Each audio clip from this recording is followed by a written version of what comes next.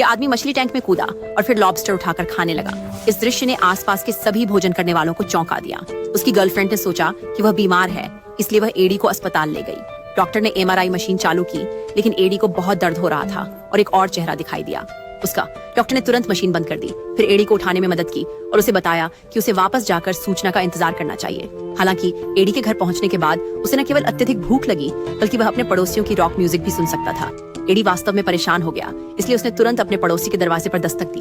दरवाजा पड़ोसी ने परवाह नहीं की और उसके अंदर का जहर वास्तव में उग्र हो गया। पड़ोसी डर गया।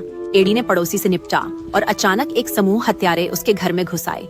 एडी ने अनैच्छिक रूप से अपने हाथ ऊपर उठाए, लेकिन उसके अंदर का विष उसके शरीर को नियंत्रित करके उसके हाथ नीचे कर देता है। तो हथियारों में से एक ने एडी को गोली मारी। इससे वेनोम गुस्से में आ गया और उसने अपनी टेंटिकल्स बढ़ाई और हथियारों को गिरा दिया। फिर वेनोम ने एक डंबल उठाकर फेंक दिया और फिर एक विशाल मुट्ठी बनाई और एक ही पंच से लड़ाई खत्म कर दी। हालांकि दुश्मन की मदद लगातार आ रही थी और एडी केवल खिड़की से कूद सकता था और फिर अपनी टेंटिकल्स का उपयोग करके सामने की इमारत की ओर झूल सकता था।